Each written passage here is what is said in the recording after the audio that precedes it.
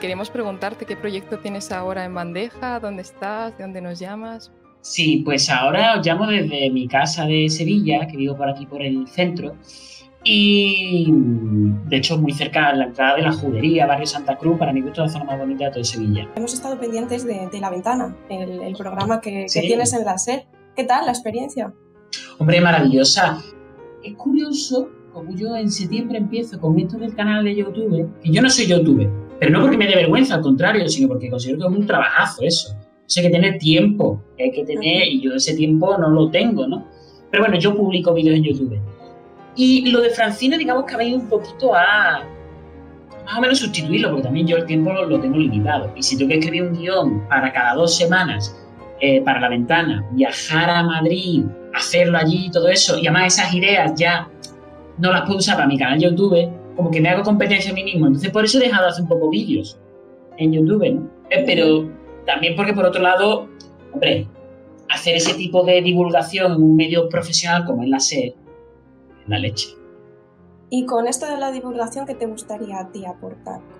¿Cómo te gustaría que la gente te conozca, la visión que tenga de ti? Incluso, bueno, iba a decir, ¿cómo te gustaría ser recordado? Pero tampoco te quiero matar ya, quiero decir. No, pero es muy buena pregunta. A ver, la cuestión es que la divulgación o la actividad económica alrededor de la divulgación es un arma de doble filo. Entonces, a ver, por un lado, porque yo soy del 93, entonces todas las generaciones tienen sus particularidades, pero justo en los años como del 90 al 95 tiene una cosa muy guay, que es que somos exactamente la generación bisagra en muchas cosas. Yo, por ejemplo, smartphone no tuve hasta primero o segundo de bachiller, y era un smartphone que bueno, que como mucho de repente tenía WhatsApp. Hoy en día, ahora sí que en YouTube tú puedes casi que aprender bastantes oficios. Yo no digo hacerte cineasta, ni mucho menos hacerte músico. Si tú te compras una guitarra y tienes un honor y amor propio y te pones a mirar tutoriales, oye, acabas tocando acordes, los acabas tocando. Y con el ordenador lo mismo. Yo he aprendido a manejar el DaVinci Resolve, el Adobe Premiere, Lightroom y todas estas cosas, los focos de mi cámara, solo con internet. Entonces, esa es la parte buena que yo considero de la divulgación por internet, de esa expansión del conocimiento. Lo que pasa es que después hay que entrar en la parte del negocio, de cómo YouTube no paga a sus creadores. De hecho, todos los creadores están pasando poco a poco a Twitch o a plataformas que ellos mismos crean, como Nebula, por ejemplo. Quiero decir que lo de ser youtuber, vamos a ponerlo con pinza. Pero es verdad que la divulgación para mí sigue siendo algo que me llena mucho, por eso me gusta mucho Bernstein también. Pero que por otro lado, ¿qué quiere que te diga? A mí se me cae el alma a los pies muchas veces. Cuando veo que tú intentas expandir un poco de luz en este mundo, no vale para nada. Entonces, es verdad que yo siempre he sido una persona muy trabajadora, pero muy pesimista, lo cual no suele ser muy compatible. Pero muy cínico, vamos a decir. Yo no creo que muchas de las cosas que sufrimos tengan solución. Entonces, no sé muy bien por qué hago lo que hago. Pero al final, no sé, es que me gusta la pedagogía. Y la divulgación en persona. Pues ya que ha salido este tema, teníamos como esto igual apuntado para más adelante, pero queríamos saber tu opinión, pues justamente un poco sobre, digamos, el internet, la era digital que tenemos ahora, etcétera, etcétera, y sobre el hecho que ahora tenemos disponible tanto contenido y tan fácilmente, que igual eso, por un lado, es lo que dices tú, es una herramienta increíble, tenemos un montón de contenido, un montón de conocimiento, de cultura a un clic, literalmente, pero por otro lado, igual también le quita como cierta autenticidad a esas obras de arte, las banaliza un poco, es como en cualquier momento puedo terminar de ver esta sinfonía, para que me la voy a escuchar ahora, en cualquier momento pues puedo volver a abrir este vídeo, total. No es lo mismo igual que una transmisión, pues no sé, oral o escrita un poco a la vieja usanza, que bueno, tenías el periódico, ibas a la biblioteca a sacar el VHS, era como que igual consumir cultura era algo un poco más difícil y justo por eso como que lo hacías con más ganas, con más intención. Más real, también más tangible, más físico, ¿no? Real en cuanto a tocar, a los sentidos, a ir al cine y oler a palomitas y que se quedan los pies pegados un poco en el suelo y una persona tosiendo, lo que sea. Hoy en día Claro, queremos que nos seleccionen las experiencias al tope. Y antes de ir al cine, escuchar una canción o ver una película, queremos saber si está en un top 10 de mejores películas de la historia o de no sé qué, no sé cuánto. Entonces la cosa de simplemente tragarte cultura buena y mala porque sí, eso se ha perdido y eso ha formado a grandes artistas. Siempre se pone el ejemplo de Tarantino, pero es que es muy buen ejemplo de alguien que ha cogido de influencias todo lo que él consumía en un videoclub, que era desde Truffaut y Renoir hasta serie B japonesa, ¿no? Yo no sé si por ahí hay algo, que supongo que sí al final, de esto de Eros y Tánatos. Yo creo que aquí hay algo de Tánatos, de querer superar a la muerte. De que si yo leo muchísimo y veo muchísimo y reflexiono muchísimo, a lo mejor encuentro, yo qué sé, el elixir de la vida, o la vida tiene sentido, o no me muero, ¿no? O la vida tiene sentido. Pero realmente leemos tanto. Es decir, igual te compras un ebook y vienen de muestra 100 clásicos y yo creo que nadie se lee esos 100 clásicos. Es que también vivo ahora mismo una sociedad, una cultura hipertextual. Entonces yo creo que hay que diferenciar entre ser un iletrado o ser un iletrado de libros, de literatura tradicional. Pero los chavales hoy en día leen mucho. Yo no digo que bien o mal, o que sea productivo o no, pero tienen muchas habilidades, digamos, lectoras de imágenes, memes, vídeos, hipertextos, al fin y al cabo, textos compuestos de muchísimas cosas, ¿no? Pero antes que tenías acceso a un libro, pues te lo terminabas. Ahora igual, pues empiezas el artículo del País, ves que son más de 5 minutos y dices, bueno, me lo leo. Bueno, te lo terminabas y te lo releías. Yo qué sé, los 2 o 3 libros de Capitán Calzoncillo, o todos los cómics que tenía de Tintín, de Mortadelo y de yo qué sé, pues eso me lo leía una y otra vez. Y Mafalda me lo leía una y otra vez. Y mira que yo nací en una casa con muchos libros, pero aún así me lo releía. La capacidad de atención se ha mermado, clarísimamente, en todo. Y yo lo noto que también yo tengo esa enfermedad, porque eso es una adicción. El primer paso de la adicción es aceptarlo. Yo creo que a día de hoy todos tenemos adicción a las redes. Y eso nos está cambiando la mollera. Y nuestra capacidad de atención se ha mermado completamente. Entonces, yo ya no estoy hablando de ver un largometraje de 2 horas y media de Coreeda. No, lo que te has dicho, de ver un vídeo de 5 minutos. Entonces, claro, de nuevo, yo cuando abro mi canal de YouTube me dicen, no, vídeos tienen que ser de 5 o 7 minutos. Y voy y hago vídeos de 20, 25, 30 minutos. El último vídeo que hago es sobre Orfeo, la musiqué. Pero al final digo, no, es que yo esto lo estoy haciendo para mí, para yo aprender a manejar la cámara al final. ¿Y crees que esto se podría disminuir en el sentido de volver un poquito a... o no, o ya no hay vuelta atrás? Yo creo que sí. Lo que pasa es que al final los poderosos son los de siempre. Entonces al final, digamos que no estamos viviendo un fenómeno nuevo, sino simplemente exagerado o llevado a... Pero la cuestión de la publicidad, la cuestión del usar el sexo como la principal fuente de ingresos y de ventas y de atractivo, porque eso son las redes sociales al fin y al cabo hoy en día. Y el hecho de no se puede pretender que las tecnologías son neutras.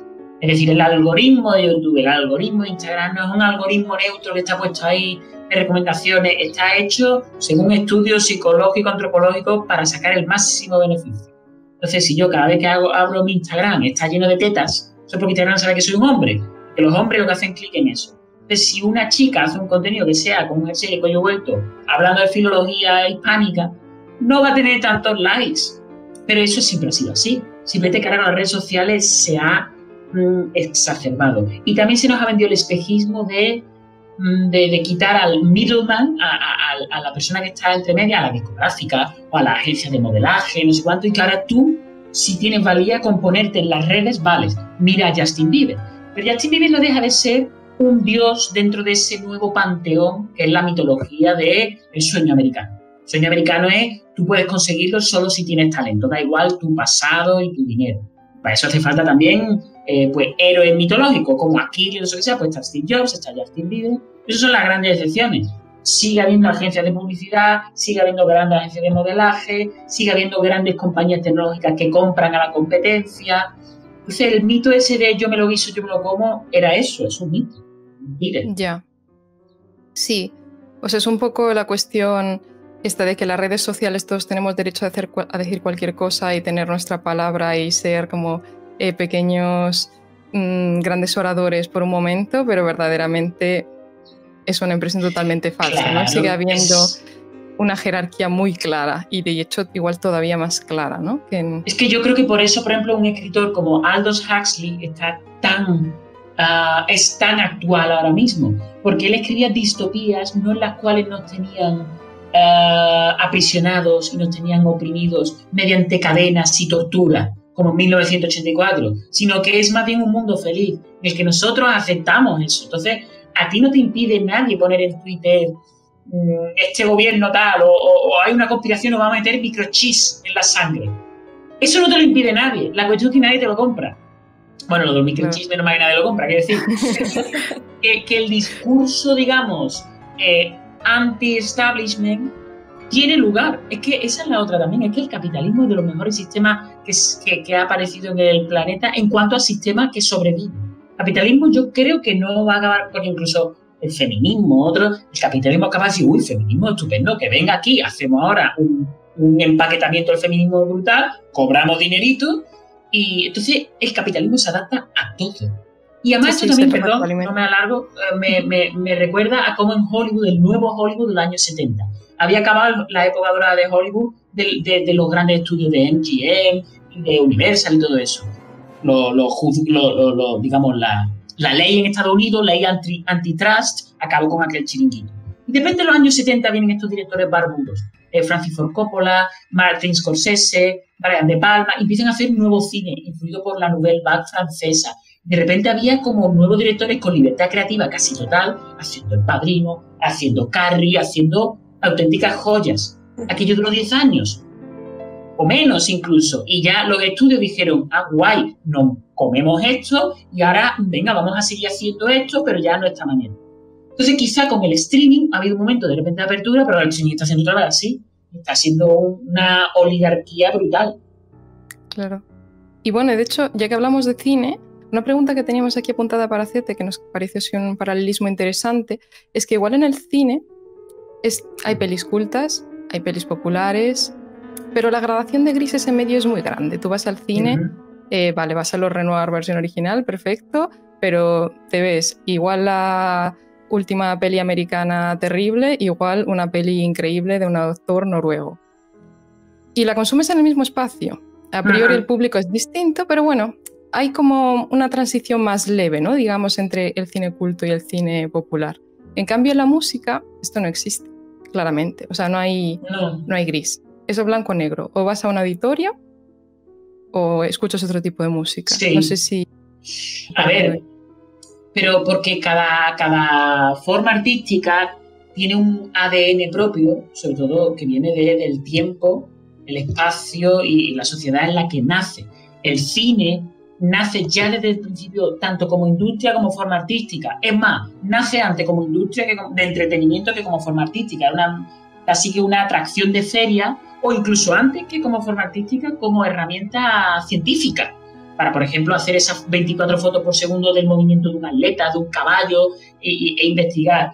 Entonces, el cine siempre ha tenido en su ADN, que ha sido quizá la única bella arte que desde el principio ha sido también popular, y que realmente la frontera entre industria y arte no está nada clara, o es muy borrosa o es muy flexible, muy fluida. El cine se suele decir que es un arte que también es industria y es una industria que también es arte.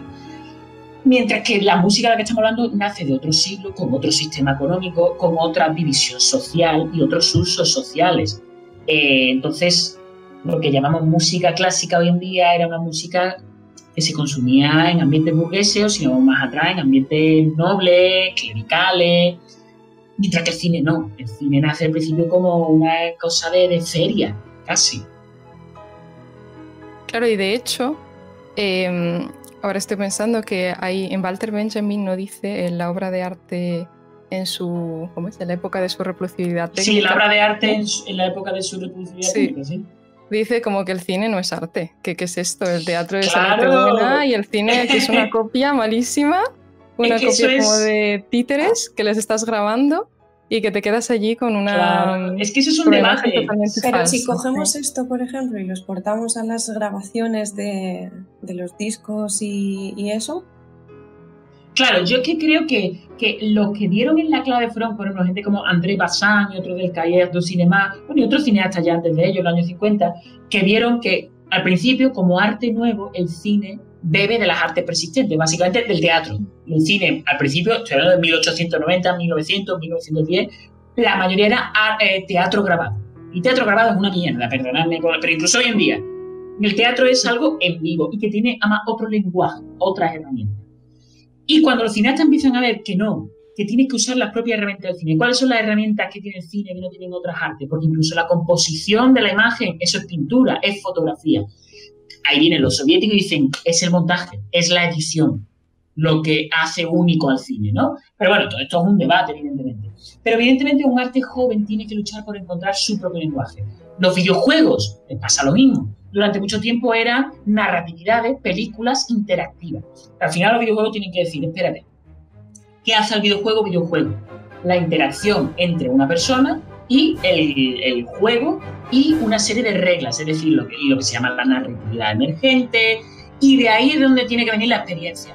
De hecho, tanto es así que muchos juegos indie a día de hoy precisamente te hacen jugar con la interacción y no tanto con te muestro una super película en la que tú puedes jugar. La grabación de estudio musical, claro, tiene un poco el problema ese del teatro grabado. Hay un punto medio que es grabar un concierto en vivo y no tanto de estudio. Glenn Gould intentó dar ahí una respuesta diciendo, no, la grabación, entonces para ser grabación no tiene que imitar el concierto en vivo, tiene que trocear, pero al fin y al cabo el resultado sigue emulando lo que es una grabación sin más. Que el mundo de la grabación ha subido unos altibajos, pues ha sufrido muy grandes, sobre todo antes del pirateo las grabaciones eran demasiado caras, de hecho los piratas eran las discográficas.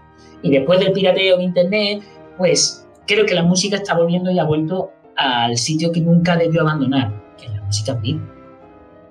Sí, de hecho, me llamó bastante la atención que realmente grabados tienes muy poquita cosa, ¿no? Un disco de trío y alguna cosita más, pero como que parece casi una praxis igual efectivamente un poco mala y bastante contestable, ¿no? De los jóvenes intérpretes enseguida, sí. Disco.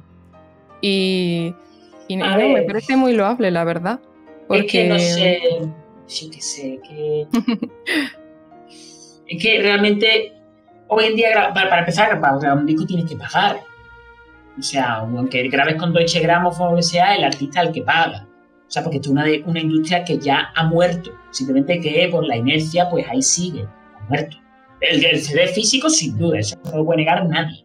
Y que hoy en día grabar un disco lo usas como medio publicitario, para decir, aquí estoy. Sí. Y creo que también en el fondo es una especie de nuevo, lo que decía antes, de ansiedad por la muerte del pianista, del intérprete que no compone. Entonces dice, ¿qué legado voy a dejar yo?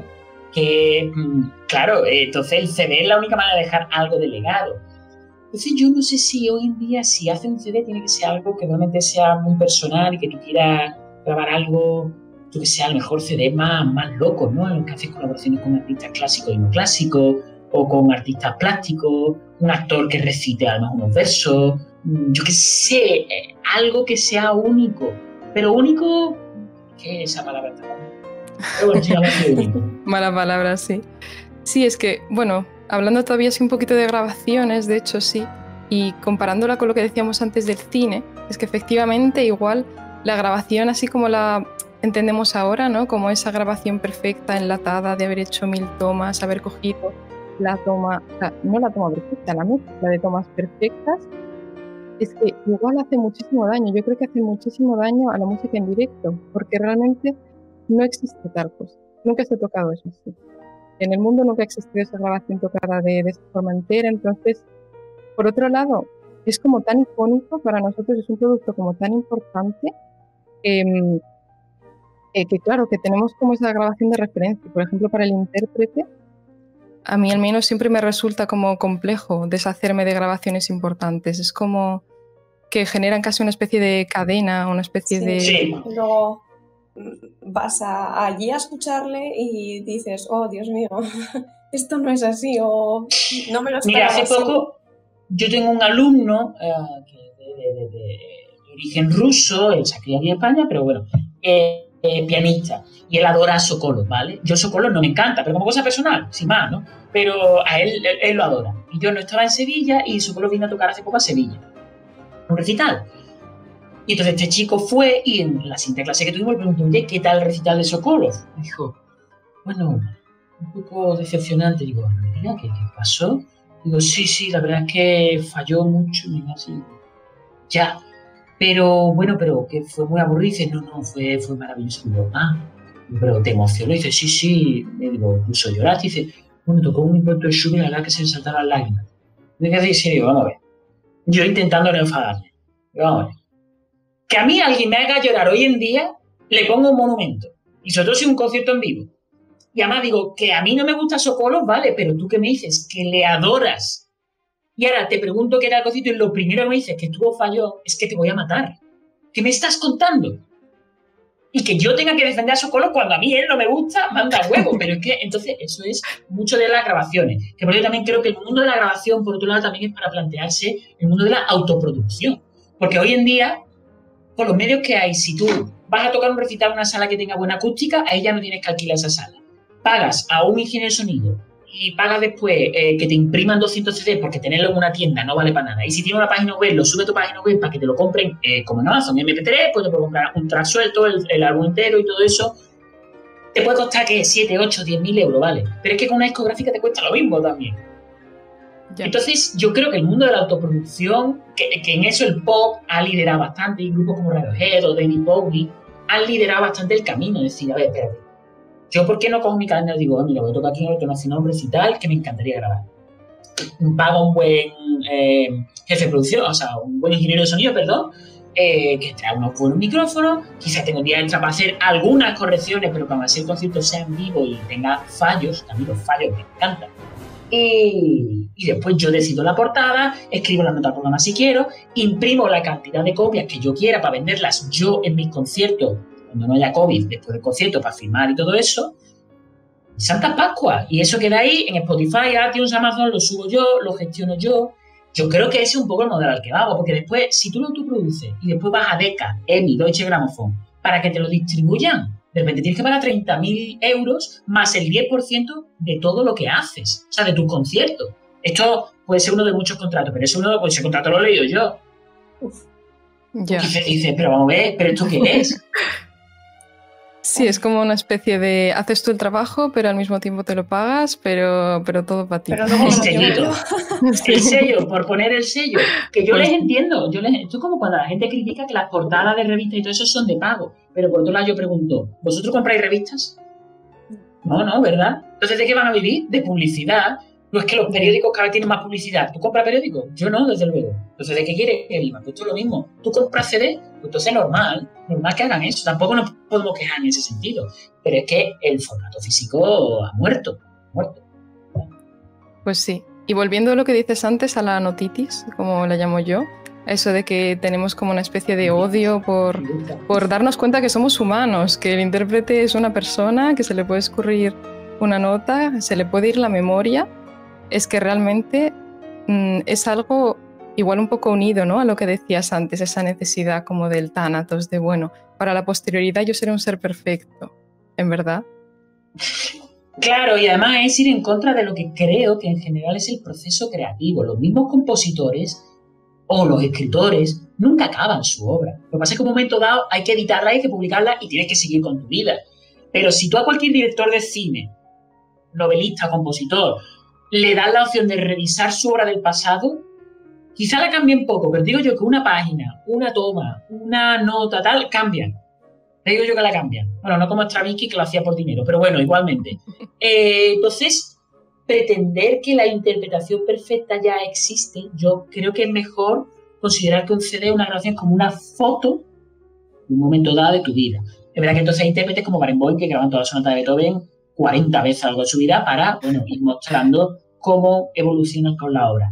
Pero que, sobre todo, grabar en estudio es muy frío, para mí. Joder, yo estoy estudiando arte dramático y teatro porque, entre otras cosas, me encanta el escenario y el contacto con el público. Entonces, grabar en estudio, he aprendido, sé ponerme en ese chip. Muy triste. Muy triste. O sea que si por ti fuera, evitarías hacerlo. Y no es casualidad que las grabaciones y los artistas que yo más suelo admirar, suelo escucharles en vivo. Pues Deep Purple o King Crimson, sus grabaciones en vivo. Harmon Kardon, casi todo en vivo. Al final no es casualidad que yo lo que suelo oír son cosas en vivo. Pero justo para igual la música, así que bueno, llamémosla moderna, no sé qué etiqueta ponerle, ¿no? Pero a ese tipo de música que requiere como de mucha electrónica, sintetizadores, igual es que la grabación podríamos considerarla un poco como dices tú, ¿no? Como una pequeña instantánea, pero es una obra de arte la grabación en sí, es como una performance. Es lo que iba a decir yo antes. Vamos a grabar. Claro, como yo decía, ¿no? De que los videojuegos encuentran su propio lenguaje y el cine encuentra su propio lenguaje, quizá el mundo de la grabación, donde sí tiene sentido, es en el mundo de la electrónica, precisamente, ¿no? Claro. Que eso empieza en los años 40, 50 con estos magnetófonos, John Cage, Stockhausen que empiezan a usar, quizá Steve Reich, quizá ahí es donde sí tiene ya sentido ese lenguaje, porque eso ya no es grabar algo analógico por un micrófono, sino que es usar la propia materia del sonido. Y ya en el mundo digital, ni te digo la producción musical. Eso es crear desde cero el sonido en un ordenador. Pero usar un ordenador para grabar un piano se me queda corto. Mientras que usar un ordenador... De hecho, a mí me encanta que, por ejemplo, los sintetizadores al principio intentaban imitar el sonido real, ¿no? Entonces tenemos esa batería del año 70, que no... Entonces hubo de repente Michael Jackson que digo, no, espera, aquí no tenemos que intentar imitar a la batería. Es que este sonido, que no suena a nada real, ya es interesante de por sí. Ese es un poco, creo que, el camino del mundo digital y de las grabaciones. Pero claro, entonces ahí no estamos hablando del reino de la música clásica, estamos hablando de la electrónica, que también, por cierto, la electrónica llega un momento que ha dicho, vale, pero nosotros nos podemos emancipar de la grabación y se puede hacer electrónica en vivo. Está James Blake y tantos otros, que son 3 tíos con 20 teclados, amplificadores, filtros, batería electrónica, no sé qué, tal, y hacen todo eso en vivo. O sea, que la barrera entre grabado y concierto en vivo es un camino de ida y vuelta. Vuelve otra vez al concierto en vivo. Es que al final, es que lo siento mucho, el concierto en vivo al final es lo que... Y la pandemia nos lo ha demostrado. Bueno, a propósito de imitaciones, un tema que también me parecía que igual era interesante hablar contigo era hablar de la apropiación cultural. Plan de la imitación, de la apropiación cultural. Y ya que estamos así como músicos así modernos, por ejemplo, famoso último disco este de Zetangana, que yo te voy a decir que no lo escucho nunca entero. pero eso, como a qué punto imitar es apropiarte de otras cosas, hacer tuyo un lenguaje de otros, qué difícil es salir del condicionamiento cultural que tienes verdaderamente. Claro, es un tema muy complicado. Yeah. Yo creo que se han sacado de la manga por ahí un concepto que no es lo mismo apropiación cultural que apreciación cultural. Ya. Bueno, vale, pero eso es una diferencia de matices realmente, de intención, de contexto. Y después también, imagínate que alguien coge el ritmo, la música de la percusión del sabar senegalés. Y es Radiohead o un grupo de gran talento y hace una obra de arte magnífica. ¿Cuál es la vara de medir entonces? ¿La calidad de lo que has hecho o simplemente con hacerlo está mal? Y si es la calidad, entonces estamos hablando de que para juzgar éticamente algo lo juzgamos a través de su valía artística. Esto es como lo de los límites del humor. Un chiste puede ser bueno o malo, pero porque sea malo no hay que ir a la cárcel. Entonces, pues sí, es muy complicado todo esto. Y también por otro lado, muchas veces a través de la apropiación cultural hay expresiones artísticas minoritarias que sobreviven, que crecen.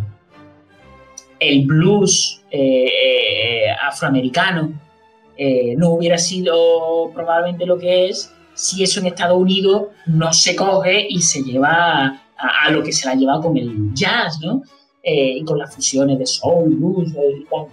El flamenco mismo es una música del pueblo gitano, no es andaluz, del pueblo gitano. Pero llega aquí Blas Infante, el padre de la nación andaluza, y dice, vale, aquí hay que crear una nación andaluza. Como nación necesitamos pues un folclore y una música. Pues aquí tenemos a los gitanos, a los cuales le hemos tratado de puta pena, y el romaní no lo hablan hoy en día, y mira que, o sea, se podría hablar, no es una lengua, pero se le prohibió que lo hablaran, y hoy en día el calor no lo hablan los gitanos, porque se lo prohibimos. Pero, por otro lado, el flamenco gracias a esa apropiación cultural por parte de España, floreció. Y además, por otro lado, también los gitanos son los primeros en hacer apropiación cultural. Lo que pasa es que, claro, la apropiación cultural que hacen los gitanos es maravillosa porque todo lo que tocan se hace oro, porque lo mejoran. Las sevillanas y los gitanos serían muy aburridas. Es como la gente que dice qué es lo que debería hacer gracia y qué es lo que no debe hacer gracia, y los límites del humor suele dar la casualidad que son gente que son muy aburridas. Pero es un poco lo mismo. La gente que está durando con la apropiación cultural es gente que no suele producir grandes obras artísticas. Entonces no sé qué propone. Sí, efectivamente. Es que yo cuando a veces pienso como de lo absurdo, ¿no?, que puede llegar a ser hablar de ese concepto, porque, por ejemplo, no sé, piensas en Dave Brubeck. Se va por Europa y por Turquía, escucha ritmos turcos, ala, saca un CD que es el CD americano. Es decir, la gente como que piensa en jazz y piensa en Take 5, el que tiene, ¿no?, en 10×8, que no recuerdo el nombre, Sí. Square Dance, bueno, el álbum Time Out. Y claro, y es que no hay cosa más jazzy que algo que verdaderamente se supone que se ha inspirado en un ritmo turco. Y además, por ejemplo, el cajón flamenco famoso, que uno diría que eso es parte del flamenco, Locura. no es parte del flamenco, eso es de los años 70, 80, es una gira por Perú, para que Lucía ve el cajón, que es de la música folclórica peruana, le flipa, y oye, it's a match made in heaven, como se diría. De repente es que encaja de puta madre. Por otro lado, la apropiación cultural a mí tiene un riesgo de caer en un solipsismo muy peligroso, es decir, en que es imposible, en definitiva, el contacto entre personas y entre culturas. Solipsismo, ¿no?, como esa cosa de que al final todos somos islas y que es imposible intercambio verdadero de información, de emociones, de maneras de pensar. Entonces, que todo lo que sea contacto entre culturas, cuidado si va a ser apropiación cultural. Eso sí, es verdad que está la cosa de que es que, claro, Occidente ha sido colonialista. Entonces ahora nos hace falta esa sensibilidad. Pero, de nuevo, es que muchas de las... Yo diría que todas las formas artísticas son míticas. Son mezcla de culturas y de cadáveres. Cadáveres que se van rejuntando y se hacen renacer hasta que mueren, y entonces alguien coge este cadáver, este otro. O sea, las artes son el monstruo de Frankenstein, constantemente. Y bueno, otro tema que has sacado antes, que también me parece interesante, totalmente out del tema musical, pero bueno, es lo de políticamente correcto, ¿no? Es que ahora la cuestión políticamente correcta, por un lado, todos podemos decir lo que nos da la gana en Twitter, pero luego no vaya a ser que digas algo que hiere ciertas sensibilidades, ciertas cosas que no se pueden decir, el humor que no puede llegar a ciertos, no puede cruzar ciertos puntos, como una especie de mano negra así detrás. Sí, aquí te has pasado. Un poco como lo que se dice la cultura del cancelamiento, ¿no?, que se dice ahora de cancelar en Estados Unidos, que de repente hay una campaña masiva contra alguien, esa persona hay que cancelarla. Entonces, claro, yo creo que la libertad de decir lo que quiere también conlleva la libertad del otro de no tener que oírte si él quiere. Entonces, tendríamos un problema si yo quiero hacer ahora un espectáculo de humor negro sobre funerales y ahora yo obligar a que eso lo tiene que todo el mundo, el que acaba de enterrar a su abuelo y el que nunca experimenta la muerte. No. Tú tienes derecho a cambiar de canal. Lo que pasa es que hay gente que está entrando en esa dinámica muy peligrosa de que si algo no le gusta, no es que ellos tengan suficiente con el derecho a no oírte, sino que creen que tú no tienes derecho a existir. Hablar un poco, o sea, hablar en contra del políticamente correcto, por desgracia, alinearte con gente como Vox, que el otro día iba por la calle en Sevilla y vi un meeting de Vox, no pude evitarlo y me metí un poco. Y venía Santiago Abascal. Y esa gente es peligrosa. Literalmente, es peligrosa. ¿Está? Yeah. Y entonces esto siempre, no somos cobardes, lo políticamente correcto. Entonces, claro, ahora parece que yo me alineo con esos bárbaros. Pero es verdad que es muy peligroso el poder de linchamiento que han ganado las redes sociales, que es los linchamientos del siglo XIX de los pueblos americanos, que de repente había una turbamulta de gente en contra de una persona y sin prueba ni nada iban, lo cogían y lo ahorcaban. Y ahora se ha convertido en eso, y claro, las compañías, las multinacionales tienen miedo a eso. Entonces, en cuanto ven que un cómico o que un actor o alguien se ha metido en un lío, antes que nada le cancelan el programa o ya no cuenta con él. Y ya después veremos. Había una película que es con Philip Seymour Hoffman y Meryl Streep, que se llamaba La Duda, que está basada en una obra de teatro maravillosa, y va precisamente de eso, de cómo un cura en la Irlanda, creo que de comienzo del siglo XX, no se sabe si ha tocado o no, ni Meryl Streep quiere ir en contra de él. No voy a hacer spoiler, ¿no? Pero es una película que no es nada maniquea, de si es malo o bueno, al final está la cuestión de la duda. Y Philip Seymour Hoffman hace un sermón un momento dado y dice a los vecinos, dice, subid a la terraza de vuestra casa, coger una almohada de plumas, rasgarla y esparcirla por toda la ciudad. En cuestión de segundos las plumas estarán por toda la ciudad. Ahora, ir por toda la ciudad y recoger cada pluma y volverla a meter en la almohada. Casi imposible. Entonces eso es lo mismo.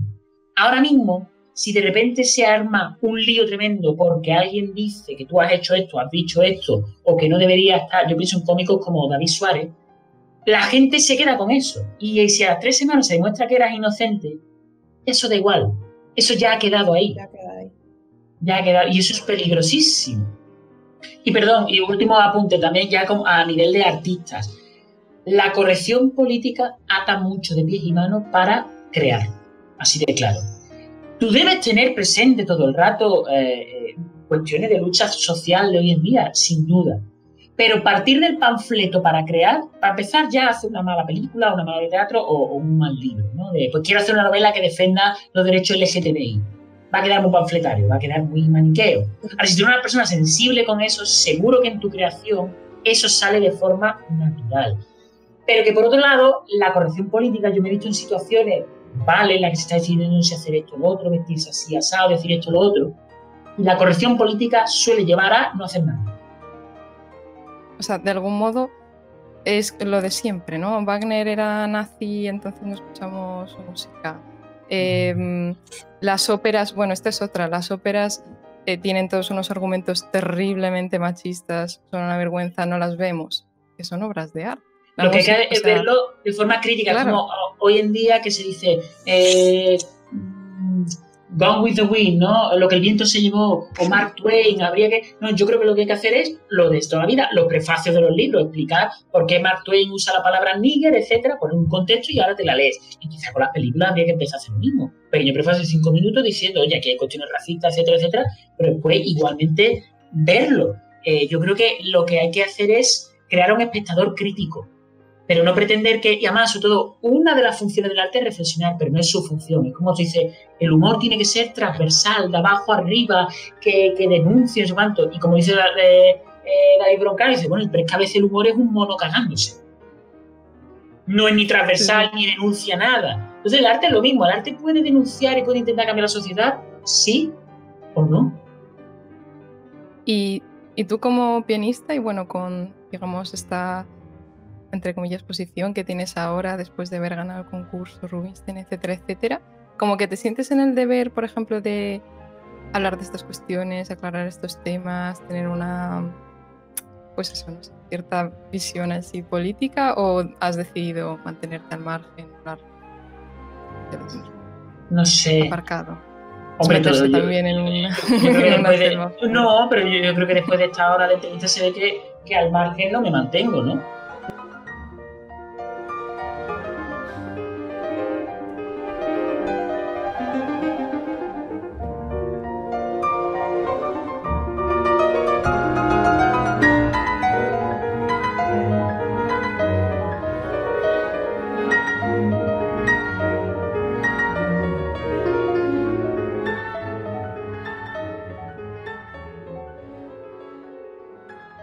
Ya estos 5 años después del Santander he vivido encerrado en un avión, tiene una vida personal nula. Yo he vivido una vida muy triste en los últimos 5 años en muchos sentidos y muy satisfactoria en otros. La vida humana es compleja, no es todo negro o blanco, pero a muchos niveles ha sido una vida muy triste, muy gris. Yo ahora que me venía aquí a vivir a Sevilla y que tengo otras ambiciones creativas y personales, bueno, pues entonces, claro, otra cosa es que tú seas un artista que toca 80, 90 conciertos al año, 100, y ya con 50, 60 años decides reducir. Y digo, sí, pero es que 28 años no se vuelven a tener nunca.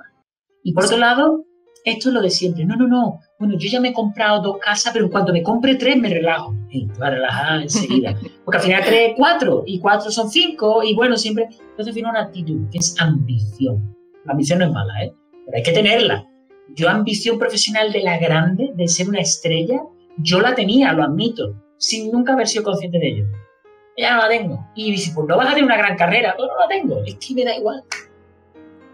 ¿Cuándo ha sido el cambio del chip que has dicho, no, ya no quiero? Sé que la tengo inconscientemente, pero ya no la quieres. Sí, pues mira, así a lo largo de estos 2 últimos años. Medio año en Berlín, que yo ya había decidido irme después de 7 años irme de Berlín, porque yo allí, claro, una ciudad de paso. La mayoría de los amigos que tenía allí pues se acaban yendo todos, porque cogen plaza a ver que está aquí y allá, vuelven a España, la mayoría quieren volver a España, obviamente. Entonces, eso te va sintiendo cada vez más solo. Ya ni siquiera inviertes energía en hacer nuevas amistades porque sabes que los 3 o 4 noches van a ir. Después, no me había echado pareja allí, no tenía trabajo allí, estaba terminando mis estudios. Hombre, la ciudad es la leche, pero vamos a ver, viniendo de Sevilla, Berlín, tiene algunas cosas del día a día, que no todo es la Filarmónica de Berlín. Después la comida, el sol, la gente es muy importante. Yo estaba muy solo en Berlín, a un punto que me veía 3 películas al día, a veces, pero porque tenía todo el tiempo del mundo. Entonces, ya ese último medio año decidí estudiar cine. Porque además, y esto ya, incluso como exclusivo, si queréis poner como clickbait, aquí os lo doy. A mí ni siquiera me preseleccionaron para el concurso Tchaikovsky. Yo eché el vídeo y ni siquiera me preseleccionaron. Entonces, y ahora gana el Rubinstein, fíjate, pero por eso yo relativizo la derrota, pero también las victorias. No está bien decir, bueno, cuando pierdes hay que relativizarlo, ahora cuando ganas es que te lo mereces. No, yo relativizo ya entonces todo. Entonces yo ahí tuve un giro. Y dije, yo ese tipo que quiero estudiar cine. Voy a estudiar cine. Empecé a estudiar cine por mi cuenta, detrás de las cámaras, ¿no? De dirección de cine, a escribir guión y todo eso. Me vine aquí en febrero de 2020, me quedaba medio semestre en Berlín, pero no sé si os acordáis qué es lo que pasó por entonces, como una cosa de una pandemia o algo. Sí, entonces ya lo recuerdo. Ahí va, me quedé en Sevilla, pero ese ya era mi plan, mudarme a Sevilla. Entonces, claro, ya me venía un poco de Berlín eso. Llego aquí a Sevilla, pandemia, que eso nos ha cambiado bastante a todos. Y después, en septiembre, octubre de este curso, empiezo mis clases de teatro, de arte dramático. Me vengo aquí a mi pisito en el centro de Sevilla. Entonces, todo eso empieza ya, eso me cambia por completo. Y diréis, entonces, ¿para qué te presentas Rubinstein? Yo los papeles para el Rubinstein los he hecho precisamente en septiembre de 2019, hace casi 2 años. Yo era una persona diferente y el concurso iba a ser el año pasado, pero por la pandemia se pospone a este año. Entonces, claro, cuando se pospone, yo ya no tenía muchísimas ganas, y además que sí, medio online, el COVID, los PCR, el confinamiento. Pero claro, ya que estaba seleccionado, digo, voy a hacerlo. Porque no hacerlo sí que me podía arrepentir, pero hacerlo, bueno, claro. Y de repente he ganado. Pero yo no me lo esperaba mucho, la verdad.